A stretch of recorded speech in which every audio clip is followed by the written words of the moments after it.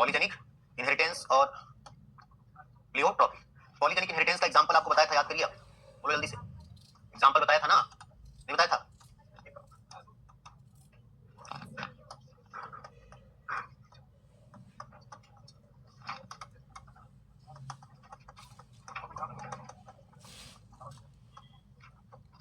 चलो ये बात नहीं कर, देखो पॉलीजेनिक इनहेरिटेंस का मतलब है मेनी जीन वन कैरेक्टर, पढ़ा था ना, मेनी जीन वन कैरेक्टर।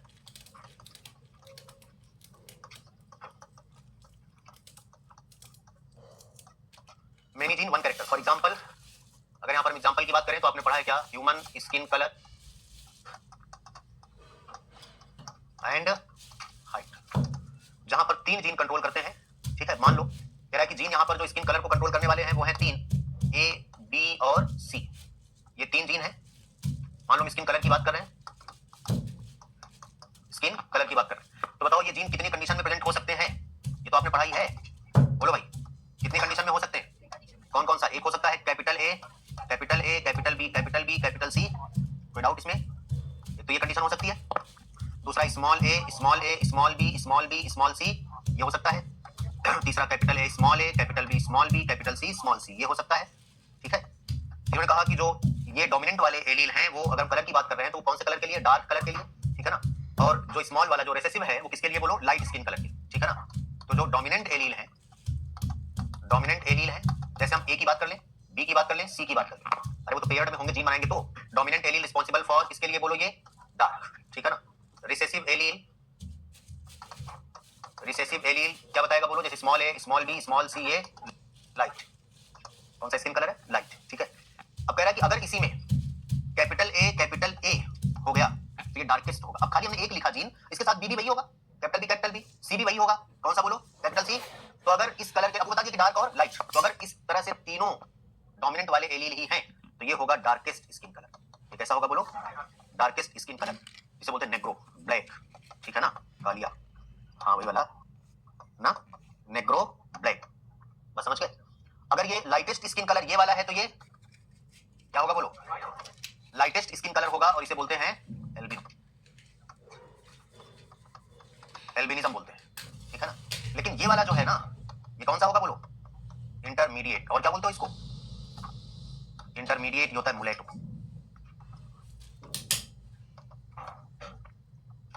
बस समझ गए। मतलब ध्यान से सुनो, पॉलीजेनिक इनहेरिटेंस में मोर देन वन जीन, यहां पर पढ़ते हो ना, मेनी जीन वन कैरेक्टर, जिसे क्या बोलते हैं? Polygenic inheritance. कह रहा फॉर एग्जांपल इसका क्या है? स्किन कलर और human skin colour, human height, ठीक है। तो कह रहा है कि भैया जीन है 3, ए बी और सी। कितने जीन है? ए बी और सी। ए जो है वो डार्क कलर को बताएगा, कैपिटल ए डोमिनेंट है, और जो स्मॉल है वो लाइट स्किन कलर को बताएगा, वो रिसेसिव है। वो आपको वैसे भी पता है कि डोमिनेंट वाला जो है वो किसको बताता है? कैपिटल वाला डोमिनेंट को ही बताता है, बोलो बात सही है। लेकिन अगर तीनों ही डोमिनेंट वाले एलील प्रेजेंट हैं, मतलब होमोजाइगस डोमिनेंट, होमोजाइगस रिसेसिव और हेटेरोजाइगस, तो हम इसे बोल सकते हैं ना ये होमोजाइगस डोमिनेंट फॉर्म में है, बोलो बात सही है। अगर होमोजाइगस डोमिनेंट बोला मतलब तीनों जो एलील हैं या जीन है वो डोमिनेंट एलील वाले होंगे। ये होमोजाइगस रिसेसिव वाला हो गया। होमोजाइगस रिसेसिव का मतलब पता है अब आपको कि एक एलील रिसेसिव नहीं बल्कि सारे एलील कौन है? रिसेसिव वाले ही हैं। और ये हेटेरोजाइगस, तो भैया यहाँ पर एक भी जो है डोमिनेंट वाला एलील नहीं है, और रिसेसिव एलील जो है वो लाइट कलर को बताएगा। ये सबसे लाइटेस्ट स्किन कलर होगा कि नहीं होगा? खाली इसमें रिसेसिव वाले ही है, एकदम व्हाइट, जिसे क्या बोलते हैं? एल्बिनो, ठीक है, एल्बिनिज्म। यहाँ पर कोई रिसेसिव वाला नहीं है, एकदम डार्क वाला है, दोनों डार्क के लिए रिस्पांसिबल है, और जो जीन है वो सारे जो है वो डोमिनेंट एलील ही है, तो डार्केस्ट स्किन कलर होगा एकदम ब्लैक नेग्रो, ठीक है। और इन दोनों के बीच वाला ये होगा, ठीक है ना, जो अपने यहाँ के गोरे, जिसे हम कहते हैं ना गोरे लोग, ये वाला, ये गोरे है, ये बात समझ गए? इंटरमीडिएट, बात समझ गए? कोई डाउट? इसमें एक डोमिनेंट वाला है और एक रिसेसिव वाला है, बात समझ गए? तो ये एकदम व्हाइट है, ये एकदम ब्लैक है, और ये दोनों के बीच का है, बात समझ आया? अपनी भाषा में, अच्छा जो तुम अपनी भाषा में समझते हो वो वाला ये नहीं है, जिसे तुम गोरा बोलते हो वो हो सकता है यही वाला है, इंटरमीडिएट वाला, क्योंकि ये वाला ये गोरा नहीं है, सफेद है, बात समझ गए ना? क्या होगा ये?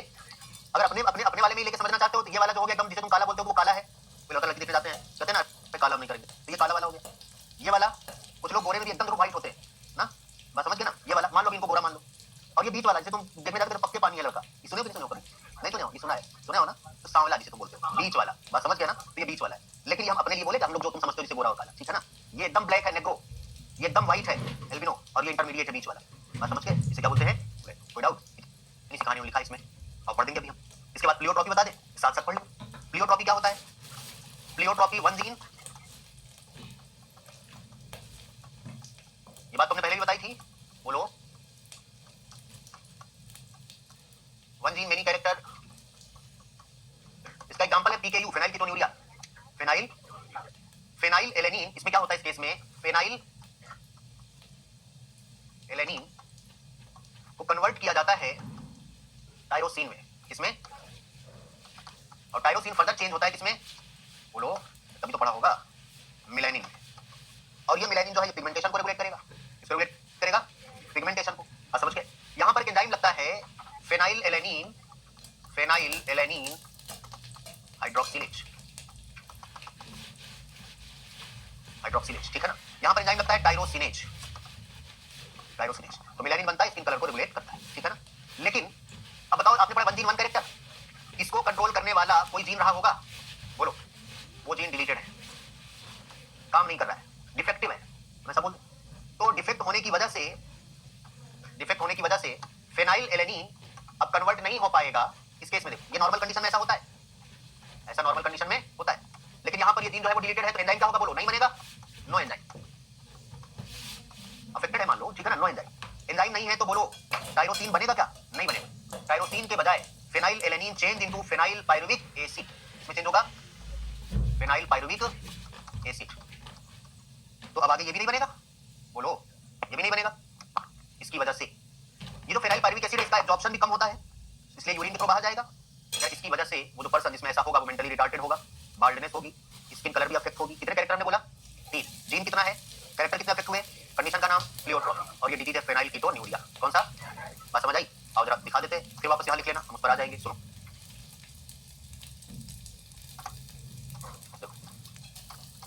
देखो, पॉलीजेनिक इनहेरिटेंस एंड प्लियोट्रॉपी, ठीक है। Mendel's studies mainly describe those traits that have distinct alternate forms such as flower color which are either purple or white. बीच वाला कोई लिया, इंटरमीडिएट वाला कोई उन्होंने लिया नहीं। But if you look around, you will find that there are many traits which are not so distinct in their occurrence and are spread across a gradient. जैसे उन्होंने देखो प्लांट लिया था, कहा था या तो टॉल या तो डार्क, कलर लिया था या तो वायलेट या तो व्हाइट, या तो रेड या तो व्हाइट। बहुत सारे ऑर्गेनिजम्स में, बहुत सारे कैरेक्टर्स में ऐसा बिल्कुल डिस्क्रिमिनेशन नहीं, अलग अलग नहीं है। जैसे ह्यूमन हाइट में हम ये नहीं कह सकते कि कोई 6 फीट का है, कोई 4 फीट का है, कोई 6 फीट का है, कोई 5 फीट का है, ऐसा नहीं बता सकते। कोई 5 फीट 1 इंच का भी होगा, 2 इंच का भी होगा, 3 इंच का भी होगा, 4 का भी होगा, पूरा 11 इंच तक जाओ, बोलो बात सही है ना। और फिर उसके बाद 6 फीट का होगा, मतलब अलग अलग हाइट्स के हैं, बात सही है कि नहीं। ऐसा बिल्कुल नहीं है कि एकदम हम क्लियर कट कह सकते हैं कि इतने फीट का होगा, ये इतने फीट का होगा, ये टॉल है और ये ड्वार्फ, ऐसा नहीं है। स्किन कलर आप किसी को नहीं कह सकते हैं कि ये बिल्कुल एकदम व्हाइट है, ये बिल्कुल एकदम ब्लैक है, खाली यही होंगे दो, नहीं ऐसा नहीं है। उसमें भी अच्छा 3 कह लो, इंटरमीडिएट वाले, ऐसा भी नहीं है कि कोई एकदम गोरा, कोई एकदम काला, कोई एकदम बीच वाला है, नहीं, उसमें भी कोई ज्यादा गोरा है, कोई कम है, कोई ज्यादा काला है, कहते हो ना काला, अरे बहुत काला है, हाँ थोड़ा सा कम काला, सांवला ज्यादा सांवला नहीं है, कम सांवला, बोलो बात सही है ना। उसमें भी अलग अलग है ना, एकदम क्लियर कट नहीं है, वही तो कह रहा है। यहाँ पर बहुत सारे कैरेक्टर्स हैं, फॉर एग्जांपल कह रहा है distinct in their occurrence and are spread across a gradient. For example in human we don't just have tall और short people as two distinct alternative. Human में खाली टॉल और शॉर्ट नहीं बोल सकते, but whole range of possible height, अलग अलग heights के लोग हैं। Such trait are generally controlled by 3 और मोर जीन, क्योंकि क्या बोला वहां पर भैया, जीन भी एक ही था तो कैरेक्टर भी एक ही आता था, आइदर टॉल और डार्क, या रेड या व्हाइट, रेड या पिंक, अलग अलग आते थे। यहाँ पर तो जीन ही कई है, वैसे अलग अलग पॉसिबल हाइट्स क्यों आती है, क्योंकि जीन अलग अलग, कई जीन उनकी अलग एक दूसरे के साथ कॉम्बिनेशन अलग अलग आने से अलग अलग पॉसिबल हाइट्स और कलर भी आते हैं, बस समझ गए। ऐसे ट्रेट्स जनरली कंट्रोल्ड बाय 3 और मोर जीन एंड आर दस कॉल्ड पॉलीजेनिक इनहेरिटेंस। तो पॉलीजेनिक में तो बोल रहे more than 1 gene, many gene 1 character, many में बोलोगे 3 और मोर, 3 और मोर जीन, बस समझ गए, उसी को हम बोलते हैं polygenic inheritance. Besides the involvement of multiple gene, polygenic inheritance also takes into account the influence of environment. इसके साथ एनवायरनमेंट का भी फर्क होता है। फिनोटाइप में हमेशा, इसमें फिनोटाइप में हमेशा जीनोटाइप प्लस एनवायरनमेंट आता है, मैंने पहले भी बताया है। जीन के अलावा एनवायरनमेंट का भी, आप खुद देखिए ना, आप धूप में जाते हैं, अरे सब तो छोड़ो यार, तुम गर्मियों में टी-शर्ट पहन के आते हो, यहाँ से इधर देखो काला हो जाता है तुम्हारा, और इधर देखो तुम्हारा क्लीन रहता है, बोलो बात सही है ना। तो अब इधर तो तुम्हारा क्या, जीन तो यार वही है ना, हम एक ही बॉडी की बात कर रहे हैं, अलग छोड़ो, बस समझ गए। इसका फर्क पड़ रहा है एनवायरनमेंट का, बस सही है ना। आप कोई 2 ट्विंस हो, दो सगे भाई हो, 2 सगे बहन हो, एक ही घर में है, एक ही जैसे उनकी शकल सूरत, मतलब एक ही जैसे वो फेयर है, ठीक है ना। उनको अलग अलग एनवायरनमेंट में रखो, एक को शहर में रखो, बढ़िया एसी में रखो, किसी ठंडे प्रदेश में भेज दो, और एक को कहीं गांव भेज दो, खेती करवाओ बढ़िया से, मार्केटिंग करवाओ, दिन भर घुमाओ धूप में, दोनों के देखो जो स्किन कलर होगा वो अलग अलग दिखाई पड़ेगा। लंबे समय तक ऐसा छोड़ दो, बिल्कुल लगेगा कि दोनों एक जैसे थे। कई बार आप ही खुद अपने आप को कहते हो हम दिन भर बाहर हैं, देखो इसकी पसंद कैसी होती जा रही, बोलो बात सही है ना। तो ये सब क्या, किसका फर्क है, बोलो एनवायरनमेंट का ही तो है। तो कह रहे भैया जीनोटाइप के अलावा एनवायरनमेंट का भी फर्क होता है। ह्यूमन स्किन जैसे स्पेसिफिक स्किन कलर की बात, एनवायरनमेंट का फर्क वही ना। Human skin colour is another classic example for this, human height और skin colour. In polygenic trait the phenotype reflect the contribution of each allele. सारे एलील का फंक्शन है, ये सारे एलील का फंक्शन एडिटिव है, एडिटिव का मतलब सबका अपना अपना काम है। The effect of each allele is additive, ऐसा नहीं है जैसे यहाँ पर डोमिनेंस में था तो वहाँ पर काम कर रहे काम, यहाँ पर जितने सब काम कर रहे हैं, सबके अलग अलग फिनोटाइप। तो understand this better, let us assume that 3 gene, अगर मान लो 3 जीन है ए बी सी, कंट्रोल कर रहे स्किन कलर को ह्यूमन में, with the dominant for A B C responsible for dark skin colour. अब हमने इसी बात को अलग से लिख लिया है, तो साथ साथ यहाँ पर लिख दिया है, बात खत्म, बोलो बात सही है। अब ये डोमिनेंट वाले हैं तो लाइट कलर डार्क को बता रहे हैं, और अगर सारे डोमिनेंट एलील आ जाए जीनोटाइप में तो डार्केस्ट होगा, और कह रहा है ए बी सी स्मॉल वाले लाइट स्किन कलर को बता रहे, अगर सारे वही आ जाए तो लाइटेस्ट होगा। तो dominant allele A B C will have the darkest skin colour, जिसे हमने बोला नहीं बोल सकते हो, ठीक है ना। अगर कहीं क्वेश्चन ऐसा लिखा मिले तुम बना लोगे, कर लोगे। That will all the recessive allele will have the lightest skin color, बोलो बात सही है। As expected, the genotype with 3 dominant allele and 3 recessive allele will have intermediate, बोलो बात सही है। 3 डोमिनेंट वाले और 3 रिसेसिव वाले जब आ गए हेटेरोजाइगस कंडीशन में लिख लिया उसी को। तो intermediate skin colour in this manner number of each type of allele the genotype would determine the darkness और lightness of the skin and of an individual. बस सही है ना? अरे इसी बात को मैं लिख दिया था, बात खत्म। वही तो है, कुछ और तो है नहीं, कहानी खत्म। Polygenic inheritance. आगे बढ़ते हैं, अगला है pleiotropy. We have so far seen, कह रहा है कि हम ये जानते हैं the effect of a gene on a single phenotype और अ ट्रेट। हां भैया, एक फिनोटाइप एक gene, there are however instance, मतलब example where a single gene can exhibit multiple phenotypic expression. अभी हमने लिख दिया था वन जीन मेनी कैरेक्टर, बात खत्म। One gene such a gene is called pleiotropic gene. The underlying mechanism of pleiotropism most cases in the effect of a gene on metabolic pathway which contribute towards different phenotype. An example of this disease phenylketonuria, जिसे PKU भी बोलते हैं, अभी हमने बताया था। इसका example क्या है? phenyl which occur in human. The disease is caused by mutation. The gene that code, किसकी वजह से हो रहा है बोलो? The gene that code for the enzyme phenylalanine hydroxylase. Single gene mutation है, उसी में म्यूटेशन आ गया। This manifests itself through phenotypic expression characterized by mental retardation, reduction in hair, skin pigmentation भी अफेक्ट होगी। तो एक से ज्यादा कैरेक्टर अफेक्ट है, क्या नाम दिया? प्लियोट्रॉपी। समझ गए? कहानी खत्म। बस समझ आई? नेक्स्ट है सेक्स डिटर्मिनेशन। और जरा देखते हैं सेक्स डिटर्मिनेशन क्या होता है। यही तो पढ़ रहे थे कि जब एंजाइम होगा, उसका जीन होगा, अफेक्टेड है तो क्या होगा। अब यहाँ पर डिलीटेड का मतलब हमने बोला था अफेक्टेड है, तो तुम यहाँ पर वही लिख लो चाहे तो। जीन क्या करोगे? म्यूटेटेड। जीन क्या हो चुका है? म्यूटेटेड। सुनो, एंजाइम का मतलब एंजाइम अल्टर होगा, एंजाइम नहीं बनेगा, ठीक है ना? जो करना चाहिए वो नहीं किया।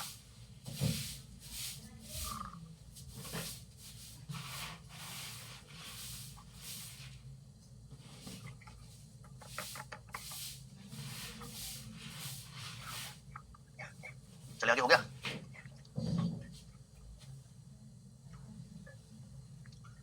चलो भैया, अगला है सेक्स डिटर्मिनेशन। इसमें क्या है, चलो जरा देखते हैं, आगे बढ़े।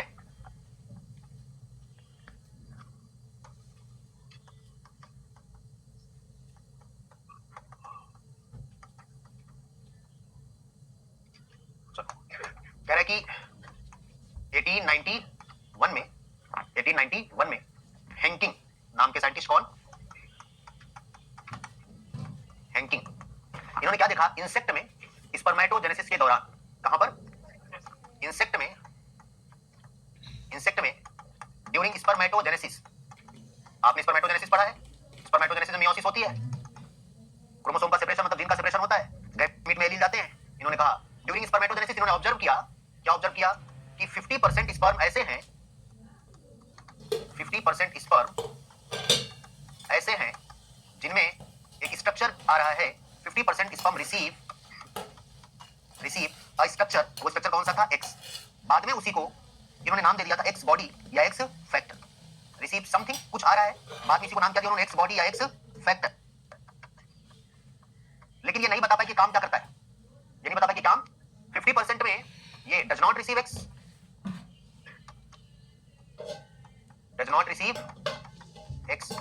कुछ जो है वो रिसीव नहीं कर पा रहे हैं। इन्होंने इंसेक्ट में स्पर्मेटोजेनेसिस के दौरान देखा, बस इतना ही बता पाया कि 50% स्पर्म ऐसे जिनमें कुछ जा रहा है, एक्स बॉडी है वो एक्स फैक्टर है, और कुछ में नहीं जा रहा है। काम क्या करता है वो, जाने से क्या फायदा क्या नुकसान, उसके जाने से क्या चेंज आ रहा है, ये बात नहीं बता पाए। इन्फ्लुएंस नहीं बता पाए कि क्या अफेक्ट कर रहा है। बाद में अदर्स, लेटर बाद में अदर्स मतलब दूसरे लोगों ने बताया X body of Henking actually determine the sex. क्या कर रहा है बोलो? एक्स बॉडी ऑफ हेंकिंग हमने क्यों लिखा? क्योंकि हेंकिंग नहीं बताया तो आपको दोबारा याद आ जाए। एक्चुअली डिटरमाइन द सेक्स, क्या कर रहा है बोलो? Determine the sex. जिसमें एक्स जा रहा है वो बन रही है फीमेल, और जिसमें नहीं जा रहा है वो बन रहा है, तो कह रहा है कि जिसमें एक्स पास हो रहा है, एक्स जिसमें प्रेजेंट है वो क्या बन गया? मेल। और ये एक्स जिसमें एब्सेंट था, हम इसी बोल सकते हैं जिसमें जो रिसीव कर रहा है, जो रिसीव नहीं कर रहा है ना, जिसमें एब्सेंट था वो क्या बन गया बोलो? अरे हाँ, अच्छा सही कर दे रहा है। जिसमें प्रेजेंट था वो क्या बना? उल्टा लिख दिया है ना, तो हम यहाँ पर ठीक कर दे रहे हो क्या? जिसमें एक्स प्रेजेंट था वो क्या बन गया? जिसमें एब्सेंट था वो क्या बन गया? मेल। ठीक है, तो फीमेल में इन्होंने कहा कि फीमेल में यहाँ पर पेयर ऑफ एक्स क्रोमोसोम है। यहाँ पर क्या है बोलो? पेयर ऑफ एक्स है, मतलब कि इस कंडीशन में प्रेजेंट है, और यहाँ पर जो है वो एक्स ओ है इस कंडीशन में। तो क्या बोला? जहां पर ये देखो एक्स पास हो रहा है वो क्या बन गई? फीमेल। जहां पर एक्स पास नहीं हो रहा है वो कौन बन गया? मेल। ये एक्स ओ, क्योंकि क्रोमोसोम पेयर्ड होते हैं ना, एक्स ओ बोल दिया मतलब जीरो, तुम समझो। बस समझ गए? क्या समझोगे? वहां पास नहीं हो रहा है, वो कहां से आ गया? वो पास हो रहा है, तो क्या समझोगे? ओ मतलब पेयर्ड होते पेयर बना दिया। क्लियर? तो इसका मतलब ये जो पास हो रहा है, जहां पर वो फीमेल बन रही है, जहां नहीं पास हो रहा है वो मेल बनना के डिसाइड कर रहा है कि नहीं कर रहा है? बस समझ गए? इसे इसको नाम क्या दिया? Determine the sex. इसे इसको नाम दिया, ये एक्चुअली एक्स बॉडी जो है ये है सेक्स क्रोमोसोम। बोलो ये क्या है? Sex chromosome. बस समझ गए? तो ये बात एक्स जो है हेंकिंग में जो डिस्कवर किया, एक्स वो सेक्स क्रोमोसोम है, ये बात हेंकिंग ने नहीं बताई थी, ये बात किसने बताई थी? दूसरे लोगों ने बताई थी। उन्होंने कहा था कि बस 50% स्पर्म एक्स जा रहा है, 50% में नहीं जा रहा है, काम क्या करता है ये बात वो नहीं बता पाए थे। बस समझ गए? तो चलो जरा यहाँ पर क्रोमोसोम का जो पैटर्न होता है, इसका क्रोमोसोम का पैटर्न सेक्स डिटरमाइन करने वाला। जैसे सुनो, अगर हम यहाँ पर बात करें कुछ इंसेक्ट में, जैसे ग्रास हॉपर में यहां पर जो सेक्स डिटर्मिनेशन वो XO टाइप का है, इस टाइप का है, XO टाइप का। अगर हम लोग ड्रोसोफिला और ह्यूमन की बात करें, ड्रोसोफिला और ह्यूमन की बात करें, यहां पर XY टाइप है, इस टाइप का XY टाइप का सेक्स डिटर्मिनेशन है। अब इसमें और लिखेंगे। अब इसी में और बता देते हैं, अगर फीमेल में, अच्छा बताओ ये होमोगैमेटिक है हेटेरोगैमेटिक? इसकी जो फीमेल है वो है XX, इसका जो मेल है वो है XO। बताओ 100% एक ही टाइप का गैमेट कौन प्रोड्यूस करेगा और दो टाइप का गैमेट कौन प्रोड्यूस करेगा? तो बोलो sex of the baby decide कौन कर सकता है? जो एक टाइप का गैमेट प्रोड्यूस कर रहा है, जो दो टाइप का, दो टाइप का। अरे तुमने ह्यूमन में पढ़ के आए हो रिप्रोडक्शन में कि फीमेल जो है, और यहां पर देख लो फिर वो अपने आप समझ आ जाएगा। बोलो यहां पर फीमेल, यहां पर XX है और बोलो मेल XY है। चलो यहां पर बताओ, जरा लिख रहा हूं, ये फीमेल होमोगैमेटिक है, होमो, और मेल क्या है बोलो हेटेरोगैमेटिक, मतलब दो अलग अलग तरह के गैमीट प्रोड्यूस कर रहा है कि नहीं कर रहा है? बोलो यहां ड्रोसोफिला और ह्यूमन में बोलो फीमेल कैसी है? होमोगैमेटिक। और मेल कैसा है बोलो? हेटेरोगैमेटिक। बोलो कोई डाउट? अब बताओ ये जो है ना होमोगैमेटिक के प्रोड्यूस करेगी 100%, प्रोड्यूस 100% X, बोलो, और ये प्रोड्यूस करेंगे 50%, ये प्रोड्यूस करेंगे 50% X एंड 50%, तो दो तरह के ना। अब बताओ यहां पर ये X है, अगर ये इस वाले X से फ्यूज हुआ तो फीमेल, ये X इस वाले Y से फ्यूज हुआ तो मेल, तो ये तो 100% X ही प्रोड्यूस कर रही है ना। यहां पर बताना है तुम्हें कि ये अगर इधर से X आया तो फीमेल, Y आया तो मेल, तो sex of the baby decided by the, ये रट्टा नहीं मारोगे मेल की फीमेल। अब बात तो सही है, यहां देख के बता रहे हो, याद करो हेटेरोगैमेटिक। याद करोगे? देखो यहां पर ये होमोगैमेटिक है तो ये डिसाइड नहीं करेगा, कौन डिसाइड कर रहा है? दो टाइप का प्रोड्यूस करेगा ना। यहां पर बोलो कौन डिसाइड कर रहा है? ये जो हेटेरोगैमेटिक है। बात समझ गए? यहां पर बोलो क्रोमोसोम नंबर मेल और फीमेल में सेम है कि अलग अलग है? बोलो जल्दी, क्रोमोसोम नंबर बोलो मेल और फीमेल में, बोलो जल्दी, डिफरेंट है, फीमेल में ज्यादा, मेल में कितना? एक क्रोमोसोम। बोलो बात सही है? यहां पर क्या बोलोगे ड्रोसोफिला और ह्यूमन में? बोलो इक्वल है, नंबर पूछा है, टाइप नहीं पूछा है, तो क्या बोलोगे? यहां पर क्रोमोसोम नंबर जो है वो डिफरेंट है। बोलो जल्दी, फीमेल में एक ज्यादा है, बोलो फीमेल में 1 एक्स्ट्रा क्रोमोसोम है, बोलो दिख रहा है? यहां पर क्या बोलोगे? Same number of chromosome. Question आएगा कि देख के बता रहे हो, नंबर पूछ रहा है, यहां पर भी दो, यहां पर भी दो। अभी ऑटोसोम की बात करेंगे उसमें तो सेम होगा ना, same number of chromosome, same number of, बस सही है। अब इसी की बात कर ले अगर ह्यूमन की ही, टोटल कितने हैं बोलो? 44 या 23 पेयर क्रोमोसोम हैं। अरे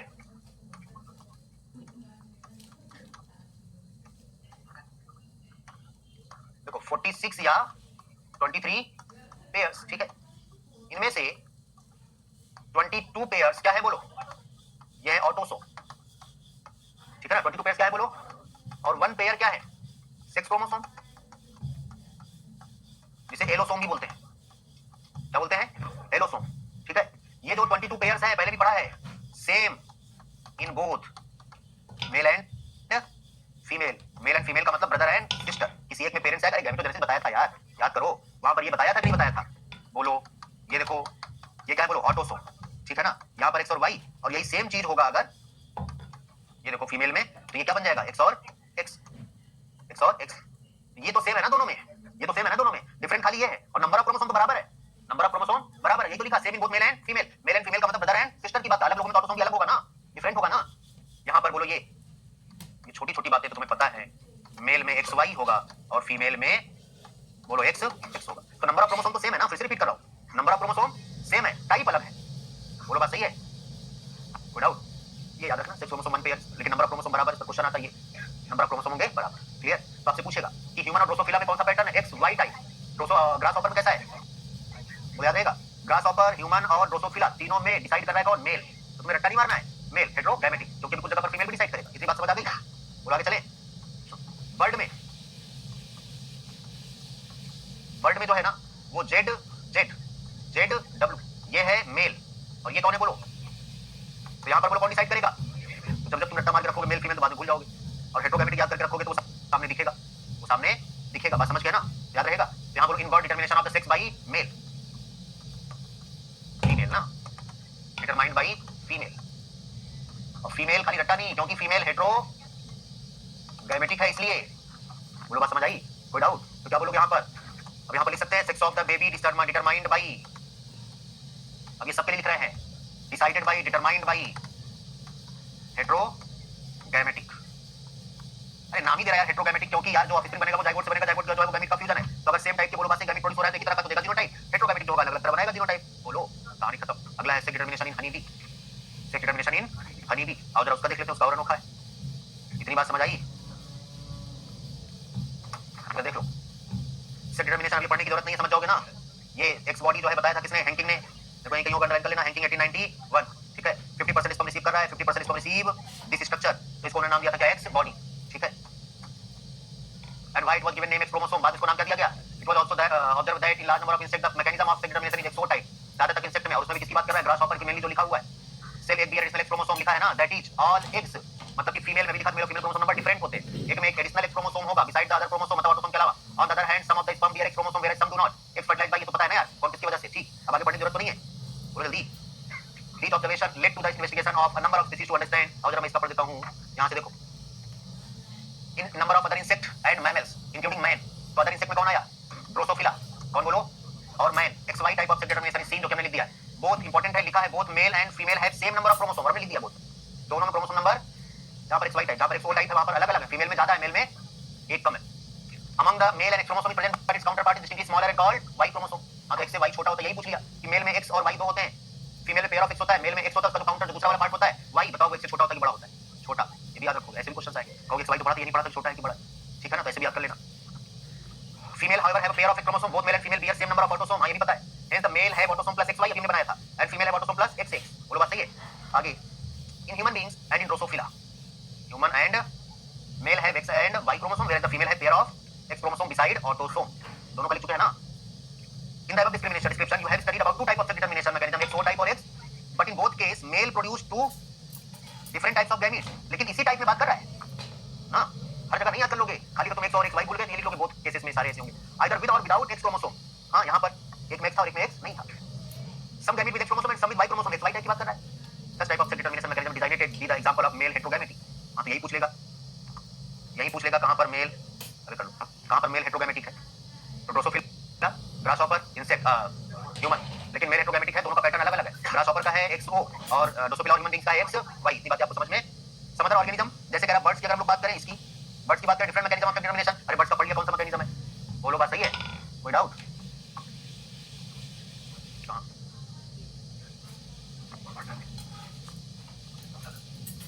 चलो इतनी बातें समझ आ गई, तो इसमें खाली आपको याद ये रखना था भैया, ये फीमेल हेटेरोगैमेटिक इसमें है बर्ड्स, जेड जेड और जेड डब्ल्यू याद रखना है, ठीक है ना, जेड जेड और जेड, बस बात खत्म। आओ जरा ह्यूमन की बात करें, ह्यूमन का तो बता ही दिया यार, बोलो ह्यूमन का तो भी लिखा था ना। आ जाओ सेक्स डिटरमिनेशन इन हनी बी, वहां पर आधा लिखा है, पूरी बात नहीं कर पाओगे वहां। तो यहाँ पर देखो ये लिखा है ह्यूमन का, यही तो है 22 पेयर ऑटोसोम, टोटल 46 क्रोमोसोम या 23 पेयर, 1 पेयर सेक्स क्रोमोसोम या एलोसोम लिख लेना। यहाँ पर मेल में होगा, फीमेल भी होगा, same number in both male and female, autosome same होगा दोनों में, और नंबर क्रोमोसोम सेम होंगे मेल और फीमेल दोनों में, इसी से कहानी है। चलो ये बर्ड का बता दिया था, आगे आओ जरा देखते हैं सेक्स डिटरमिनेशन इन हनी बी।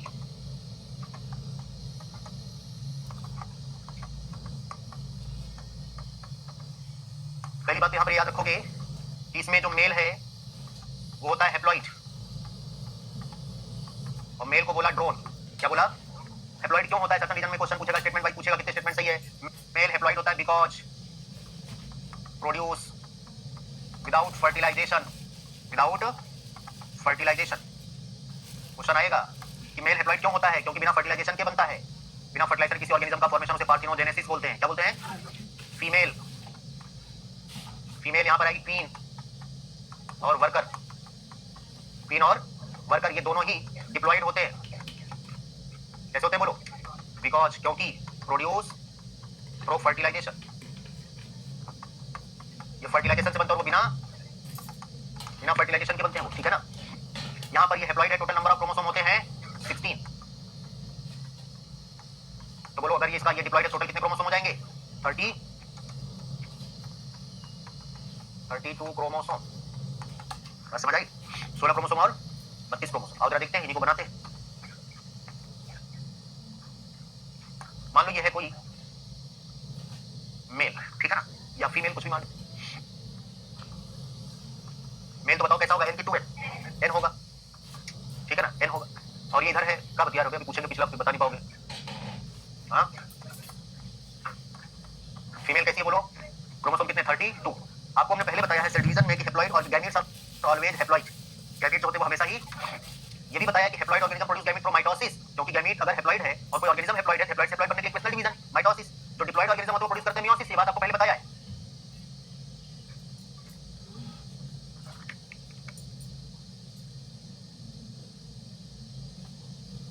तो इसमें क्या होगा बोलो, मियोसिस, मियोसिस में अच्छा मेल है तो माइटोसिस, माइटोसिस में एक सेल से कितनी सेल बनती है बोलो, 2, और मियोसिस में एक सेल से कितनी सेल बनती है बोलो, 4, कितनी बनती है, 4, अब तुम 4 बना सकते हो।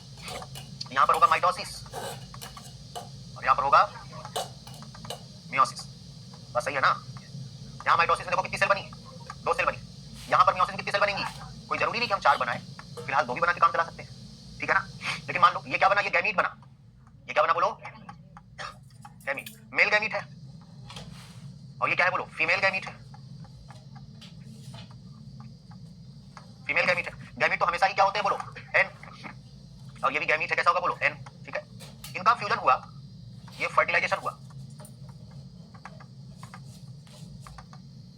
क्या हुआ बोलो, फर्टिलाइजेशन हुआ, फर्टिलाइजेशन हुआ तो अब ये बना 2n, क्या बना बताओ, ये मेल है कि फीमेल, हाँ फीमेल है, क्योंकि पहले बता चुके हैं फीमेल कौन होती है बोलो, 2n। इसमें भी रिप्रोडक्शन कौन करेगी पता है, क्वीन, कौन करेगी, वर्कर नहीं, उसमें भी अगर आपसे पूछ ले, सॉरी बताओ कौन करेगा, क्वीन, बोले याद रहेगा। तो चलो इधर देखते हैं, यहाँ पर फीमेल में ये है, ठीक है, तो ये क्या बनी बोलो, फीमेल, फीमेल। मेल कैसे बनेंगे, ये फीमेल गैमीट है, female gamete direct develop into male without fertilization, यहां पर लिख रहे हैं, क्या लिखेंगे, फीमेल गैमीट। अब ये भी याद रखना है आपको कि ये मेल जो है बिना फर्टिलाइजेशन तो बनता है, लेकिन मेल गैमीट से फीमेल गैमीट से, तो female gamete direct develop into male without fertilisation. Process का नाम पार्थिनोजेनेसिस। अब सुन लो, formation of organism without fertilisation is called parthenogenesis, formation of fruit without fertilisation parthenocarpic, formation of seed without fertilisation apomixis. ये तीनों आपने पढ़ लिया अलग अलग जगह पर, ठीक है ना। तो पार्थिनोजेनेसिस हो गया, तो मेल जो हनी भी है वो कैसे डेवलप होता है बोलो, मेल हनी भी पार्थिनोजेनेसिस से, बिना फर्टिलाइज, कोई डाउट, चलो भैया ये बन गया मेल। तो बिना फर्टिलाइजेशन के बना एन से, तो ये क्या रहेगा बोलो, एन रहेगा, कोई डाउट इसमें, ये क्या है बोलो, मेल, ये क्या है, बस सही है ना। ये जो मेल दिख रहा है, इस मेल की ये मदर है, इसका फादर कहीं दिख रहा है, नहीं दिख रहा है, बस समझ गया ना। एक जनरेशन और बढ़ो आगे, ये फीमेल है, अब इसमें गैमीटोजेनेसिस हुई, बताओ कितने गैमीट बनेंगे, 4, कितने बनेंगे, कोई जरूरी नहीं हम 4 बनाए, चलो बना रहे। यहाँ पर मियोसिस हुआ, मियोसिस हुआ, अब फिर इनके अंदर ये बन गया क्या, फीमेल गैमीट, फीमेल गैमीट, बोलो बात सही है। यहाँ पर भी क्या हुआ, माइटोसिस, माइटोसिस, यहाँ पर भी बन गया क्या, मेल गैमीट,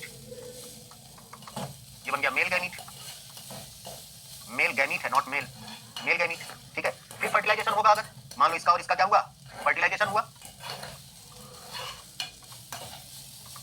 फर्टिलाइजेशन हुआ, ये बना फिर से क्या बोलो, 2n, और ये क्या बनी, फीमेल, बोलो बात सही है। और फीमेल जहां जहां बनी है कैसी बनी बोलो, 2n, ये गैमीट है तो कैसे बने n, ये गैमीट है तो कैसे बने n, और एक स्टेप समझ लिया है, बोलो बात समझ गए।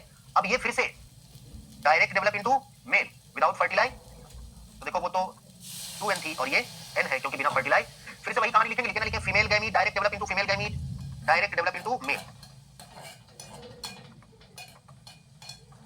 विदाउट फर्टिलाइज, ऊपर लिखा था, ठीक है ना, विदाउट फर्टिलाइजेशन।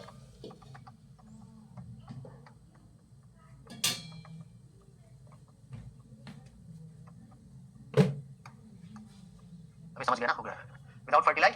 अब सुनो ध्यान से, यहां पर ये है मेल, ये फीमेल थी ना, तो इस मेल की ये कौन हुई, इसका फादर कहीं दिख रहा है, ये फीमेल है, इस फीमेल की ये कौन है बोलो, और ये कौन है बोलो, तो इस फीमेल की फादर भी है और इस फीमेल का की मदर भी है, ठीक है ना। लेकिन ये बेचारा अनाथ है, अनाथ का मतलब एक लोग हैं, बस सही है ना। इसकी खाली कौन है बोलो, इसका फादर, लेकिन इधर देखो ये मेल इसकी मदर का फादर, अबे ना तुम एनसीईआरटी पढ़ पाते हो ना रिश्ते में परफेक्ट हो, तुम्हारी मदर के फादर तुम्हारे दादा है, जाके कहना मम्मी से उठा के दिन घर से बाहर चले जाओ, ये तो कतई बर्दाश्त ना करेंगे नाना को डांट को, कह रहा दादा, बोलो मम्मी, ये देखो ये मेल है, इसकी ये मम्मी है, और इसका फादर कहीं नहीं दिख रहा है, ये देखो अकेले मम्मी है, और इसके मम्मी का ये फादर है, तो बताओ मम्मी के फादर क्या हुए तुम्हारे, वो अलग बात है, अंग्रेजी में ग्रैंडफादर ही बोलेंगे, बस सही है ना। तो इस मेल का ग्रैंडफादर तो है लेकिन फादर नहीं है, बोलो बात सही है। ये मेल तुम्हें दिख रहा है, इसकी ये डॉटर है, लेकिन इसका सन नहीं दिख रहा है, इसकी डॉटर का सन है, तो बताओ डॉटर का सन मतलब तुम्हारे नाना की जो बेटी है मम्मी, उन्हीं की तुम सन हो या डॉटर हो, बस समझ गए ना।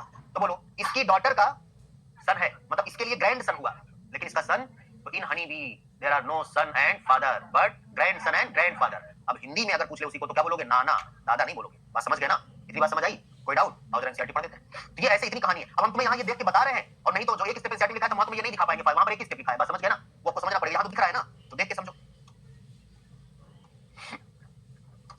देखो सेक्स डिटरमिनेशन इन हनी बी, देखो यहाँ पर है फीमेल 32 मियोसिस से ये गैमीट बने, माइटोसिस से ये, अरे 4 ही बनेंगे, 2 लिख दिया, ठीक है ना? यहाँ पर देखो डायरेक्ट डेवलप, ये लिखा नहीं है, मैं डायरेक्ट लिख दिया, female gamete direct develop into male, और ये देखो माइटोसिस से क्या बना, फीमेल गैमीट, और इन्होंने लिखा इससे डायरेक्ट बन गई फीमेल, क्या फ्यूजन तो कराओगे तब तो बनेगी ना? तो उन्होंने बना दिया, तुम्हें समझने के किसमें कितना है, तुम समझ तो गए। तो वो जो हमने बनाया है, तुम्हें चाहे तो यहाँ बना देना, चाहे स्टिकी नोट्स में चिपका देना, ताकि तुम्हें पूरी कहानी समझ में आ जाएगी। ये यहाँ इतने से तुम कुछ नहीं समझ पाओगे सर क्या बन गया कैसे, बस समझ गए? और पढ़ देते हैं। The sex determination in honeybee is based on number of set of chromosome and individual receive, अभी उसमें कितने क्रोमोसोम आ रहे हैं इसी पर तो बेस्ड है, and offspring formed from the union of, मतलब fusion of sperm and egg develop as a female। अगर फर्टिलाइजेशन से बनी तो वो कभी मेल नहीं होगा, कौन होगा बोलो? फीमेल, चाहे तो क्वीन या तो वर्कर। एंड अनफर्टिलाइज्ड एग, अच्छा ये क्वीन और वर्कर और इसमें फर्टिलाइजेशन कौन करेगा, अब इसमें प्रोडक्शन कौन करेगा? Queen. Develop as a male without fertilization, unfertilized egg लिखा है, इसे हमने भी बोला था कि unfertilized female gamete, female gamete बोलते हो क्योंकि क्वेश्चन ये भी आएगा कि unfertilized male gamete direct develop into, नहीं, मेल गैमीट नहीं, कौन? फीमेल गैमीट, ठीक है ना? बाय मींस ऑफ पार्थिनोजेनेसिस, कैसा बोलो? पार्थिनो, अरे पार्थिनोजेनेसिस के थ्रू, ठीक है ना? दिस चले आगे, मींस नहीं, वो कुछ सोचे तो हम करें मींस का मतलब क्या नहीं, दो बार हमें चला आगे, चले बताओ। दिस मींस मतलब आपस में पढ़ रहे हैं, दिस मींस दैट मेल है हाफ नंबर ऑफ क्रोमोसोम, बोलो भाई, दिखा तो दिया, लिख के बोलते नहीं घूमे होगा, बोला करो भी बताया ना, अभी तो लिख के बताया किसमें कितना है। दैट ऑफ फीमेल, फीमेल के कंपैरिजन में the female are diploid having 32 chromosome and male have diploid having 16 chromosome, 16 chromosome, बोलो बात सही है? This is called haplodiploid sex determination. अगर पूछेगा हैप्लोडिप्लॉयड सेक्स डिटरमिनेशन किसमें है, ये भी याद रखो, haplodiploid sex determination and at special characteristic features such as the male produce sperm by mitosis, ये भी बताया ना, क्योंकि मेल और फीमेल जनरली तो एक ही जैसे होते हैं, एक ही तरह से गैमीट प्रोड्यूस करते हैं, लेकिन हनी बी में है कि मेल माइटोसिस गैमीट प्रोड्यूस कर रहा है और female they do not have, underline कर लो, they do not have father and thus cannot have, but have a grandfather and can have grandson, बस समझ गए? क्या how is the sex determination mechanism different in the birds? हाँ birds का पता है यार कैसा होता है, बोलो कोई डाउट? जल्दी बोलो, कहानी इसी खत्म। अगला है म्यूटेशन, अगला क्या है? म्यूटेशन का मतलब समझो, अल्टरेशन इन जीन सीक्वेंस, चाहे वो न्यूक्लिक एसिड डीएनए हो, चाहे वो आरएनए हो, चाहे वो डीएनए में सीक्वेंस हो, चाहे वो आरएनए में सीक्वेंस हो। जैसे मान लो अगर हम ये बोल रहे हैं ये कोई सीक्वेंस है, अब तुम आगे पढ़ोगे यार कोडॉन, तीन न्यूक्लियोटाइड मतलब 3 नाइट्रोजनस बेस का बनता है एक कोडॉन, से बोलते ट्रिपलेट, और एक कोडॉन बनाता है एक अमीनो एसिड को, ऐसे ढेर सारे अमीनो एसिड मिलकर बनाते हैं प्रोटीन, क्या बनाते हैं? जब भी कोई जीन अपना प्रोटीन जब तक नहीं बना लेगा तब तक वो अपने आप को एक्सप्रेस नहीं कर पाएगा। फॉर एग्जांपल सुनो, ध्यान से सुनना, यहाँ पर है AUG, मान लो ये आरएनए की बात कर रहे हैं, ठीक है ना? AUG, UUC, UUU, इस तरह से है। फॉर एग्जांपल AUG जो है वो बना रहा है अमीनो एसिड मेथियोनीन, क्या बना रहा है? ध्यान से सुनना, क्या बना रहा है? मेथियोनीन अमीनो एसिड, और ये बना रहे हैं फेनाइल एलेनिन, क्या बना रहे हैं? फेनाइल एलेनिन बना रहे हैं। तो ये कोई एक प्रोटीन होगी, amino acid amino acid amino acid मिल से क्या बनी होगी? कोई प्रोटीन बनी होगी ना। AUG यहाँ पर, या चलो UUC है, हमने U की जगह यहाँ पर कोई दूसरा नाइट्रोजनस बेस A डाल दिया। फॉर एग्जांपल ये मत कहना वो भी कोड करता है, हम फॉर एग्जांपल बता रहे हैं A डाल दिया, UUC था तो ये फेनाइल एलेनिन बना रहा था। आगे पढ़ाएंगे क्योंकि कोडॉन जो है वो स्पेसिफिक होते हैं, एक कोडॉन एक ही अमीनो एसिड को कोड करता है, किसी और को कोड। अब अगर यहाँ पर ये UUC के बजाय UAC हो गया, अमीनो एसिड फेनाइल एलेनिन के बजाय कोई दूसरा बन गया, तो प्रोटीन में चेंज आया, प्रोटीन में चेंज आया तो कैरेक्टर में चेंज आया, बोलो बात। लेकिन ये कैरेक्टर में चेंज क्यों आया? कैरेक्टर का मतलब फिनोटाइप, फिनोटाइप में चेंज आया, इसका जो आधार है वो कौन है? जीनोटाइप, पहले जीनोटाइप में चेंज आया, बोलो बात सही है? कितने बेस में तुमने चेंज किया? एक। इस तरह का म्यूटेशन, चेंज को ही तो म्यूटेशन बोलते हैं, change in gene sequence, alteration in gene sequence, चाहे वो डीएनए हो चाहे आरएनए हो, इसी बोलते हैं म्यूटेशन। क्या बोलते हैं? एक बेस में चेंज किया, single base pair, point mutation, क्या बोलो? एग्जांपल है इसका पॉइंट म्यूटेशन का सिकल सेल एनीमिया, अभी पढ़ लेंगे आज सिकल सेल, बस समझ गए? अगर यहीं पर यहाँ इन्होंने दिया नहीं है क्योंकि एक ही जगह देना चाहिए था म्यूटेशन। फिलहाल आगे हम लोग पढ़ेंगे अगले चैप्टर में फ्रेम शिफ्ट म्यूटेशन। सुनो क्या होगा, ऐसे सुन लो, नाइट्रोजनस बेस जो यहाँ पर क्वांटिटी चेंज हुई की क्वालिटी, क्वालिटी हमने यू की जगह ए डाला ना तो नंबर में चेंज नहीं आया, क्वांटिटी में चेंज नहीं आया, क्वालिटी में चेंज आ गया। पॉइंट म्यूटेशन के example sickle cell anaemia is a qualitative disorder, कैसा है बोलो? याद रहेगा, ये ब्लड से रिलेटेड डिसऑर्डर है, आगे पढ़ेंगे दोनों एक साथ, ठीक है? अभी हम लोग आएंगे सिकल सेल एनीमिया पर तो बताएंगे, अभी खाली म्यूटेशन बता रहे हैं। ऐसे ही अगर यहाँ पर देखो ए, ये हमने बोला कि नाइट्रोजनस बेस जो है वो तीन बेस का सीक्वेंस, 3 न्यूक्लियोटाइड का सीक्वेंस जिसे कोडॉन बोलते हैं। एक कोडॉन कोड करता है अमीनो एसिड को, किसको? ऐसे ढेर सारे कोडॉन ढेर सारे अमीनो एसिड को कोड करके अमीनो एसिड मिलकर बनाएगा प्रोटीन। कोडॉन तीन बेस का ही होता है, उससे कम या उससे ज्यादा। जैसे अगर ये है AUG, वही ले लो, UUC, UUU, ठीक है ना? डीएनए में भी चेंज हो सकता है, खाली आरएनए में ही नहीं। अगर यहाँ पर आपने कोई एक्स्ट्रा नाइट्रोजनस बेस इंसर्ट करा दिया, मान लो यहाँ पर तुमने A डाल दिया, अभी यहाँ पर U को रिप्लेस कर रहा था A, यहाँ पर एक्स्ट्रा आ गया, तो AUG में कोई चेंज नहीं होगा, लेकिन A जो है ना UU को खींच के अपना ट्रिपलेट पूरा करेगा। तुम ऑक्टेट पूरा करते हो ना, ऐसे यहाँ पर क्या करेगा? अपना ट्रिपलेट पूरा करेगा। तो आप सोचो पहले सीक्वेंस था UUC और अभी सीक्वेंस हो गया AUU बचा C, तो कहेगा हम तुमको खींचेंगे CUU बचा U अकेला। जहां पर आपने इंसर्ट किया इस पॉइंट से आगे एक नहीं, पूरा का पूरा फ्रेम चेंज हुआ, it is called frame shift mutation. क्या बोलोगे? याद रहेगा। और ये चेंज कहां पर आया? जहां पर आपने बेस इंटर किया उसके आगे, जहां पर इंटर किया उसके, कोई डाउट? उसके पहले वाले में कोई चेंज? इस बात को डिटेल में फ्रेम शिफ्ट म्यूटेशन पढ़ेंगे अगले चैप्टर, ठीक है ना? फिलहाल आपको समझ आ गया। अब यही काम यहां से या तो हम U को डिलीट कर दें, अगर हम U को डिलीट कर दें ये UCU इसको खींचेगा आगे और फिर ये बचेगा UU, बस समझ गए? तब भी चेंज आएगा, चाहे डिलीट करो चाहे ऐड करो। डिलीट करोगे डिलीशन म्यूटेशन, ऐड करोगे एडिशन म्यूटेशन, बस समझ गए? Addition mutation. और सुनो, अब अगर यहीं पर 2 लेटर इंटर करो AU, तब भी चेंज आएगा, तब भी चेंज AU करेगा, फिर UCU करेगा, फिर UU बच गया। लेकिन अगर यहीं पर तुमने AUG फॉर एग्जांपल तुमने ऐड कर दिया AUG के बजाय यहाँ पर दूसरा AUG आ गया, एक्स्ट्रा आ गया, इसमें और इसमें कोई चेंज नहीं आया, इसमें भी कोई चेंज नहीं आया। तो frame shift mutation occurs only when one और टू न्यूक्लियोटाइड इंटर, बात समझ गए ना? एंड फ्रेम उसके आगे का पूरा फ्रेम चेंज हो जाएगा, it is called frame shift mutation. बोलो कोई डाउट? बोलो यार। तो क्या बोला, कौन सा म्यूटेशन? फ्रेम शिफ्ट म्यूटेशन और पॉइंट म्यूटेशन। फ्रेम का नहीं, तुम्हें पॉइंट का एग्जांपल याद रखो, कौन? बोलो कोई डाउट? बोलो यार। अब ये म्यूटेशन जो है ना, इवोल्यूशन में भी थोड़ा सा पढ़ोगे तुम, कहां पर? वहां पर स्पेसिएशन का कारण पढ़ोगे, स्पीसीज क्यों बनी, ह्यूगो डी व्रीज पढ़ोगे, वो कहते हैं, पढ़ा था ना, उनके बारे में पढ़ोगे ना, से बोलो ना, हाँ सही है, सुनो, तो वहां पर पढ़ोगे डार्विन के द्वारा कराया गया, मतलब उनके द्वारा पढ़ा गया इवोल्यूशन, और डिवरीज के द्वारा पढ़ा गया इवोल्यूशन। डिवरीज का अभी आपने पढ़ा स्टडी पर, कोइनोथेरा लैमार्कियाना पर, इवनिंग प्रिमरोज पर, वो कहते हैं कि स्पीसीज जो बनी है वो म्यूटेशन के कारण बनी है, रैंडम चेंज आता है, अचानक से चेंज आता है, इतना बड़ा चेंज आता है कई बार में नई स्पीसीज बन जाती है। और फिर डार्विन कहते हैं नहीं यार, इवोल्यूशन धीरे धीरे होता है, स्लो होता है, धीरे धीरे बदलाव आता है, तब स्पीसीज बनती है। फिलहाल हम आगे पढ़ेंगे, वहां पर भी बात करेंगे। यहाँ पर देखो म्यूटेशन जनरली जो है ना वो रिसेसिव होता है, कैसा होता है? अब वहीं आएंगे, छोड़ दो, हमसे गलती हो गई, हम यहाँ छेड़ दिए, हम लोग वहां पढ़ेंगे, ठीक है ना? जनरली कैसा होता है, बोलो, रिसेसिव, बोलो याद रहेगा। और ये हार्मफुल होता है, जनरली रिसेसिव और ऑलवेज नहीं, जनरली हार्मफुल होता है, ठीक है ना, नुकसानदायक होता है म्यूटेशन। अब म्यूटेशन कॉजिंग एजेंट को बोलोगे म्यूटाजेन, बाकी कहानी बता चुके हैं, पॉइंट म्यूटेशन और म्यूटेशन कॉजिंग एजेंट को म्यूटाजन बोलते हो। आगे ह्यूमन हेल्थ में पढ़ेंगे, म्यूटाजन, कार्सिनोजन, एलर्जेन, जितने भी जन है सब खतरनाक है, ठीक है ना? Allergy causing agent allergen, cancer causing agent carcinogen, mutation causing agent mutagen, ठीक है ना? ये सारे हम लोग पढ़ेंगे। फिलहाल म्यूटाजन, म्यूटाजन अलग अलग टाइप के होते हैं, कुछ होते हैं फिजिकल और कुछ होते हैं केमिकल। फिजिकल और केमिकल। फिजिकल में पढ़ोगे रेडिएशंस, क्या पढ़ोगे? रेडिएशंस, ठीक है ना? रेडिएशन से पढ़ोगे दो तरह की रेडिएशन, आयोनाइजिंग और नॉन आयोनाइजिंग रेडिएशन।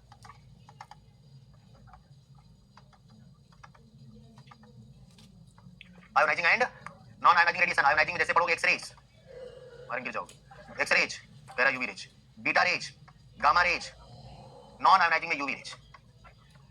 हाँ तो चुपचाप यही याद रखो ना, अभी कुछ टाइप नहीं पूछता तुमसे, डायरेक्ट ही पूछोगे, क्वेश्चन गलत करके आ जाओगे, ठीक है ना? क्या बोलोगे? यूवी रेज, ठीक है ना? किसमें? Non ionising. ये सब रेडिएशन भैया, रेज जो है ना, रेज, ये रेज अगर आती हैं तो आपका ये जो डीएनए का सीक्वेंस है इसमें चेंज कर सकती है।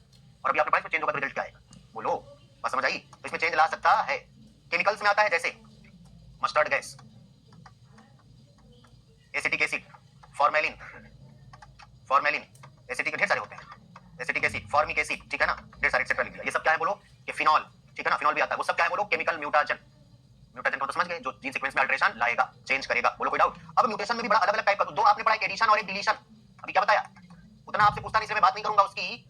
एडिशन और डिलीशन, जीन कहां प्रेजेंट होते हैं? क्रोमोसोम पर। कहां प्रेजेंट होते हैं?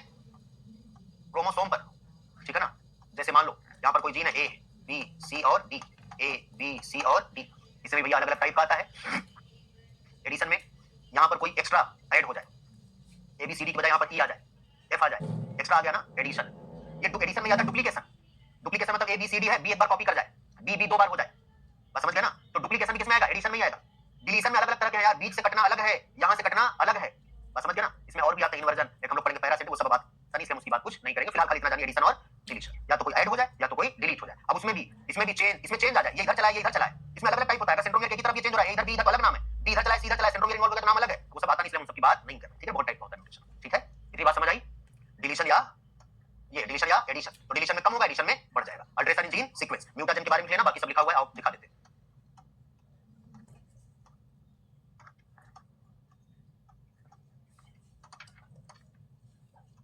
देखो म्यूटेशन, ठीक है?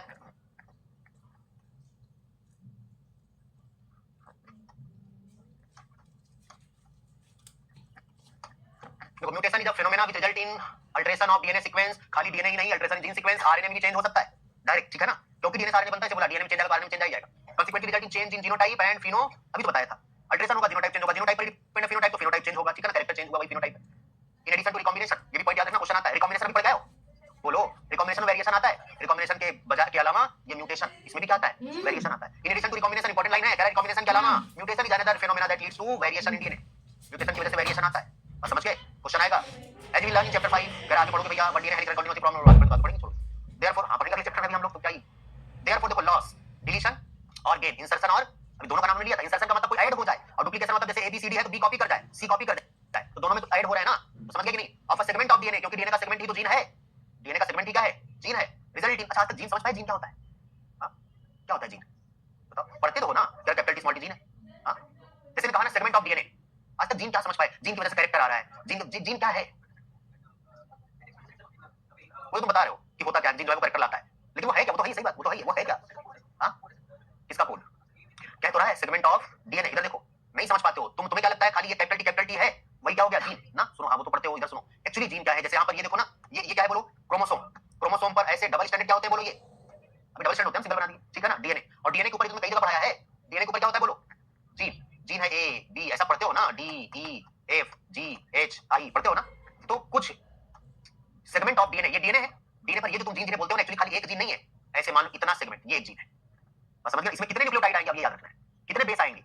इसलिए जब जब बोलेगा सेगमेंट ऑफ डीएनए, तो हाँ डीएनए का जो सेगमेंट है, अब किसी में 10 होंगे, किसी में 20 होंगे, फॉर एग्जांपल होते तो 1000 होंगे, सैकड़ों में, बात समझ गए ना? ऐसे बोलेंगे। आगे हम पढ़ेंगे कि वाई जी जो क्रोमोसोम में सबसे कम जीन्स पर पाए जाते हैं, सबसे छोटा क्रोमोसोम, बात समझ गए? तो फिलहाल ये बात याद रखना, तो उन्होंने क्या लिखा? सेगमेंट ऑफ डीएनए, इतनी बात समझ गए ना?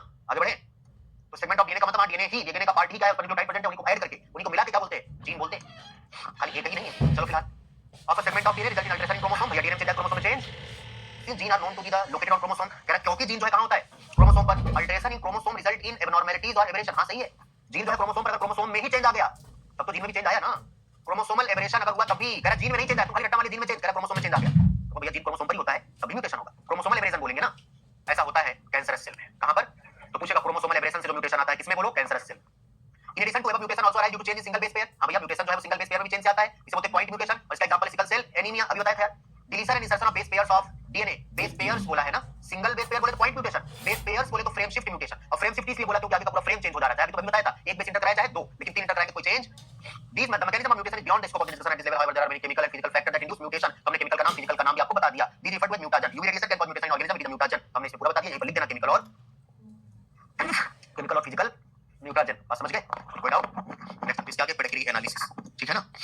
पेडिग्री हम लोग पढ़ेंगे, पेडिग्री क्या होता है, उसमें ये पढ़ेंगे कि जैसे किसी लोअर ऑर्गेनिज्म में, किसी प्लांट में क्रॉस करा के हम ये देख ले सकते हैं कि कौन सा कैरेक्टर आगे बढ़ा या नहीं बढ़ा। ह्यूमन में ऐसा पॉसिबल नहीं है, तो ह्यूमन में history of family, various study of history of family up to various generation, कई जनरेशन तक फैमिली की हिस्ट्री जो है देखी जाए, ठीक है ना, उसे बोलते हैं पेडिग्री, बात समझ गए? उसी पेडिग्री एनालिसिस नेक्स्ट इसके आगे हम लोग